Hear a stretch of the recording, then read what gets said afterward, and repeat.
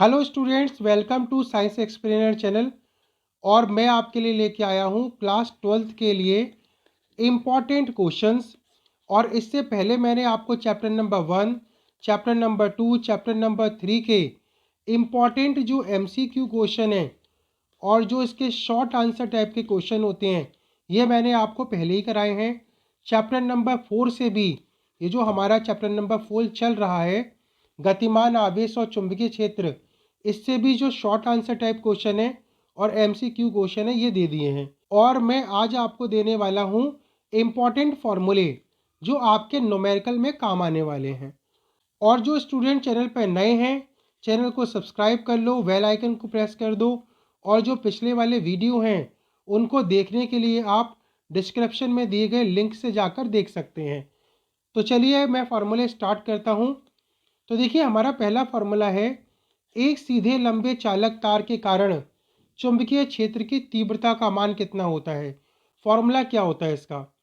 तो देखो, लंबे सीधे चालक तार के कारण चुंबकीय क्षेत्र की तीव्रता होती है B=μ0/4πI/r। और ये फार्मूला होता है हमारा साइन φ1 प्लस साइन φ2। ये हमारा फार्मूला होता है। और इसका जो डेरिवेशन है, डेरिवेशन भी वेरी वेरी वेरी इंपॉर्टेंट है। डेरिवेशन भी आपके बोर्ड के एग्जाम में आता है। आई है यहाँ पर वैद्युत धारा जो चालक तार में प्रवाहित होती है। आर है हमारा चालक तार से उस बिंदु तक की दूरी जहाँ पर हमें चुंबकीय क्षेत्र की तीव्रता का मान निकालना है। तो ये हमारी क्या हो गई, दूरी हो गई हमारी। और साइन φ1 और साइन φ2 क्या है? φ1 और φ2 ये हमारे एंगल्स हैं। यहाँ पर हमारे एक सिरे का एंगल और ये दूसरे सिरे का एंगल, ये φ2 और ये φ1, इस तरीके से एंगल है। नेक्स्ट पे आते हैं, नेक्स्ट फार्मूला, सेकंड नंबर का फार्मूला। सेकंड फार्मूला हमारा ये है, अनंत लंबे चालक के लिए चुंबकीय क्षेत्र की तीव्रता। एक चालक तार ऐसा है जो दोनों सिरों पर अनंत लंबाई का है, ऊपर भी बहुत इन्फाइनेटली लॉन्ग है और नीचे भी इन्फाइनेटली लॉन्ग है। तो इसके लिए चुंबकीय क्षेत्र की तीव्रता का सूत्र क्या होता है?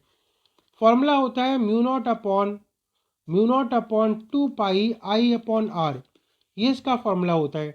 अनंत लंबे चालक तार के कारण चुंबकीय क्षेत्र की तीव्रता कितने मीटर की दूरी पर? r मीटर की दूरी पर यहाँ पर चुंबकीय क्षेत्र की तीव्रता का मान हमें निकालना है।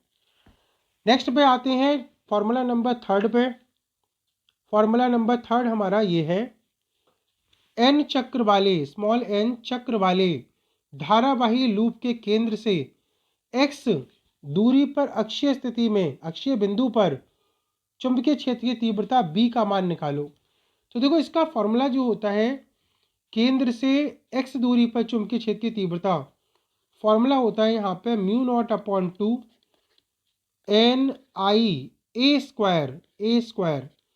ये लूप की त्रिज्या है। और ये हो जाएगा a² + x² की पावर 3/2। ये इसका फॉर्मूला होता है। और यहाँ पे इसके जो नोटेशन है वो क्या क्या है? n क्या है? n है फेरों की संख्या, I है वैद्युत धारा, a है इसकी त्रिज्या, रेडियस। जो लूप है, लूप की त्रिज्या को हमने a से लिया है। और x है हमारा दूरी, केंद्र से अक्ष तक की दूरी, ठीक है ना, अक्ष तक की दूरी जहां बिंदु पर हम चुंबकीय क्षेत्र की तीव्रता की गणना करना चाहते हैं। तो ये हमारा फॉर्मूला इंपॉर्टेंट है। इस फॉर्मूले से काफ़ी न्यूमेरिकल क्वेश्चन सॉल्व होते हैं। नेक्स्ट पे आते हैं, नेक्स्ट फॉर्मूले पर। फॉर्मूला नंबर 4, इसके सिरे के निकट बी का मान कितना होगा? यानी कि जो कुंडली है हमारी, जो धारावाही लूप है, लूप के केंद्र पर चुंबकीय क्षेत्र की तीव्रता निकालनी है। यहाँ पे इसके सेंटर पर चुंबकीय क्षेत्र की तीव्रता। तो देखो, केंद्र पर चुंबकीय क्षेत्र की तीव्रता निकालनी हो तो इसका फॉर्मूला होता है B=μ0/2I/r। और यहाँ पे अगर फेरों की संख्या दे रखी हो तो n का और * हो जाता है। तो इस तरीके से हम केंद्र पर चुंबकीय क्षेत्र की तीव्रता निकालते हैं। ये सिरों पे नहीं है, ये इसके केंद्र पर है। केंद्र पर पूछा है, केंद्र के लिए फॉर्मूला है। नेक्स्ट फॉर्मूले पे आते हैं। नेक्स्ट है हमारा एक इम्पॉर्टेंट फार्मूला, वो ये है, धारावाही प्रणालिका के अंदर चुंबकीय क्षेत्र की तीव्रता कितनी होती है? तो देखो, ये धारावाही प्रणालिका है, धारावाही प्रणालिका है। जिसके अंदर जो त्रिज्या का मान है बहुत कम है और इसके अंदर जो फेरों की संख्या है वो बहुत ज़्यादा है। तो इस तरीके से, तो यहाँ पे अगर मैं यहाँ बीच में यहाँ चुंबकीय क्षेत्र की तीव्रता बताऊँ आपको, तो बीच में चुंबकीय क्षेत्र की तीव्रता का फॉर्मूला होता है mu naught N I. Mu naught N I, और म्यू नॉट क्या है यहाँ पर? निर्वात की चुंबकशीलता। एन क्या है? एकांक लंबाई में फेरों की संख्या, number of turns per unit length. तो हमारा फॉर्मूला हो गया बी इक्वल टू हो गया mu naught N by L into I. ये हमारा फॉर्मूला बन गया। तो केंद्र पर चुंबकीय क्षेत्र की तीव्रता इतनी होती है। नेक्स्ट फॉर्मूले पे आते हैं। नेक्स्ट है हमारा धारावाही प्रणालिका के सिरे पर चुंबकीय क्षेत्र की तीव्रता। तो जैसे अभी मैंने बताया था पिछले वाले में कि ये जो धारावाही प्रणालिका है, तो धारावाही प्रणालिका के सेंटर पर, केंद्र पर, जैसे ये बन गई मेरी धारावाही प्रणालिका, और बीच में चुंबकीय क्षेत्र की तीव्रता का मान कितना होता है? तो बीच में होता है म्यू नॉट एन आई, ये होता है। और इसके सिरे पर जो है चुंबकीय क्षेत्र की तीव्रता, इस सिरे पर और इस सिरे पर जो चुंबकीय क्षेत्र की तीव्रता होती है, उसका जो मान होता है केंद्र पर चुंबकीय क्षेत्र की तीव्रता का आधा होता है। तो यहाँ पर जो चुंबकीय क्षेत्र की तीव्रता होगी, जो बी होगी, वो होगा 1/2 म्यू नॉट एन आई, केंद्र पर चुंबकीय क्षेत्र की तीव्रता का आधा इसका मान होता है। तो सिरों पर जो चुंबकीय क्षेत्र की तीव्रता होती है, हम ये ऐसे कह सकते हैं इसको कि जो बी सिरों पर जो होता है, सिरों पर चुंबकीय क्षेत्र की तीव्रता होती है 1/2 होती है सेंटर पर चुंबकीय क्षेत्र की तीव्रता के मान के। नेक्स्ट पे आते हैं, नेक्स्ट फॉर्मूले पर, फॉर्मूला नंबर 7। चुंबकीय क्षेत्र में गतिमान आवेश पर बल। अगर कोई आवेश एक समान चुंबकीय क्षेत्र में गति करता है तो हम ये जानते हैं उस पर लॉरेंज बल लगता है, और लॉरेंज बल का फॉर्मूला होता है F equal to Q V B sine theta. ये इसका फॉर्मूला होता है। और यहाँ पे थीटा क्या है? थीटा है V और B। Theta is a angle, ये होता है angle between B vector and V vector. चुंबकीय क्षेत्र की तीव्रता और वेग के बीच का कोण है ये हमारा क्या है? कोण है इसके बीच का। Q है हमारा आवेश और थीटा है इसके बीच का कोण, V है वेग और B क्या है? चुंबकीय क्षेत्र की तीव्रता। तो यह हमारा लॉरेंज बल का फॉर्मूला है।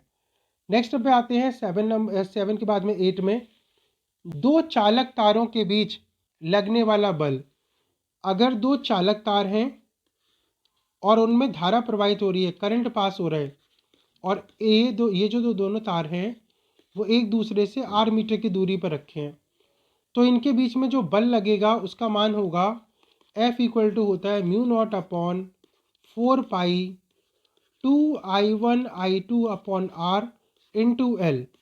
ये इसका फॉर्मूला होता है दोनों चालक तारों के बीच लगने वाले बल का। और इस पर हमारे न्यूमेरिकल क्वेश्चन बनते हैं, इंपॉर्टेंट क्वेश्चन बनते हैं। नेक्स्ट पे आते हैं क्वेश्चन नंबर, नेक्स्ट देखो फॉर्मूला नंबर 9। किसी आवेश के एक समान चुंबकीय क्षेत्र में वृत्ताकार मार्ग पर गति का सूत्र। तो देखिए, अगर कोई आवेश वृत्ताकार मार्ग पर चक्कर लगाता है, तो वृत्ताकार मार्ग पर चक्कर लगाने के लिए हम ये जानते हैं जो अभिकेंद्र बल होता है mb² upon are, mb² upon are का जो मान होगा वो लॉरेंज बल के बराबर QVB के बराबर होता है, QVB साइन थीटा के बराबर होता है।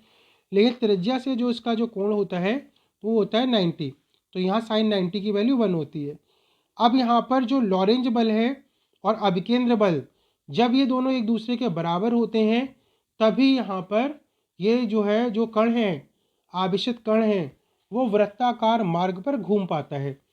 और अगर मैं इसके फॉर्मूले अगर यहाँ से देखूँ तो यहाँ हो जाएगा मेरा mv² upon R equal to QVB, और यहाँ से V कैंसिल आउट हो गया, तो यहाँ से अगर मैं R निकालूँ तो R इक्वल टू हो जाएगा mv अपॉन QB। यहाँ से इसका वृत्ताकार मार्ग की त्रिज्या निकल के आती है, और यहाँ से V निकालें रेखीय वेग, तो ये हो जाता है हमारा QBR अपॉन M। ये इसका हमारा फॉर्मूला निकल के आता है। तो यहाँ से विभिन्न प्रकार के कई फॉर्मूले निकल के आते हैं, जिससे आप टाइम पीरियड निकाल सकते हैं, वृत्ताकार मार्ग का जो वेलोसिटी है उसकी, जिस वेग से वो घूम रहा है वो भी निकाल सकते हैं। कई चीज़ें इसके अंदर निकाल सकते हैं, रेडियस में निकाल सकते हैं। तो ये जो फॉर्मूले हैं ये हमारे न्यूमेरिकल में काम आएंगे।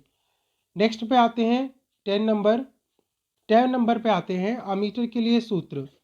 तो देखो अमीटर कैसे बनता है। अमीटर हम ये जानते हैं कि भाई जो गैल्वेनोमीटर होता है, धारा मापी होता है, जैसे गैल्वेनोमीटर कहते हैं। गैल्वेनोमीटर के समांतर क्रम में अगर एक छोटा सा प्रतिरोध लगा दिया जाता है, इसे हम लोग कहते हैं संट। तो अगर हम गैल्वेनोमीटर की संटिंग कर दें तो संटिंग करने पर जो चीज़ बनेगी, यहाँ से जो डिवाइस बनेगी, उसको अमीटर कहते हैं। और यहाँ पर अगर हम देखें तो देखो इसको मैं पॉइंट करूँ तो ए, बी, सी और ये डी। गैल्वेनोमीटर में जो धारा जाती है वो होता है हमारा आई जी, और यहाँ पे जो टोटल करंट आ रहा है वो आई आ रहा है। तो यहाँ हमारा जाएगा आई माइनस आई जी। और यहाँ से देखो ए और डी के बीच में विभवांतर उतना ही होता है जितना बी और डी सी के बीच में होता है। तो जैसे हम ये देखें ए और डी के बीच का विभवांतर और बी और सी के बीच के विभवांतर के बराबर होगा। तो V इक्वल टू होता है आई आर पोटेंशियल। तो यहाँ धारा जा रही है आई जी इंटू जी, तो ये हो जाएगा आई जी इंटू जी, और नीचे की तरफ हो जाएगा आई माइनस आई जी इंटू एस, ये मान हो जाएगा। और यहाँ से हम जब आई जी का मान निकालते हैं तो आई जी का इसमें से मान निकल के आता है आई जी इक्वल टू होता है एस अपॉन एस प्लस जी इंटू टोटल करेंट। इस फॉर्मूले की हेल्प से हम लोग आमीटर में प्रवाहित होने वाली धारा को निकाल सकते हैं। और कुल जो प्रतिरोध होता है अमीटर का वो होता है टोटल रेजिस्टेंस, क्योंकि पैरेलल कॉम्बिनेशन में जुड़ा हुआ है। तो शंट का प्रतिरोध प्लस गैल्वेनोमीटर का प्रतिरोध, इन दोनों को पैरेलल में जोड़कर इसका मान निकलता है। नेक्स्ट पे आते हैं तो देखिए नेक्स्ट फॉर्मूला है हमारा वोल्टमीटर के लिए सूत्र। तो देखिए वोल्टमीटर क्या होता है। वोल्टमीटर हमारा होता है एक गैल्वेनोमीटर के जब श्रेणी क्रम में उच्च प्रतिरोध लगाया जाता है तो इस प्रकार जो बनी हुई युक्ति होती है उसी को हम लोग वोल्टमीटर कहते हैं। और इसके सिरों के बीच में भी कोई विभवांतर होगा, तो हमारा ये विभवांतर हमने माना V है, और इसमें प्रवाहित होने वाली धारा I है, आई जी गैल्वेनोमीटर करंट। तो हमारा V इक्वल टू होता है आई आर, यानी कि आई जी इंटू जी प्लस आर ये, और यहाँ से आई जी निकालें तो इसका मान होगा V upon G plus R, ये हमारा होगा। इसकी सहायता से हम लोग वैद्युत धारा का मान वोल्टमीटर के लिए निकाल सकते हैं। तो स्टूडेंट्स ये थे कुछ आपके इम्पोर्टेंट क्वेश्चन। मैं लगातार आपके लिए इम्पोर्टेंट क्वेश्चन लेके आता रहूँगा। जो स्टूडेंट्स चैनल पर नए हैं चैनल को सब्सक्राइब कर लो, बेल आइकन को प्रेस कर दो, जिससे आपको इम्पोर्टेंट क्वेश्चन मिल सकें। Thank you.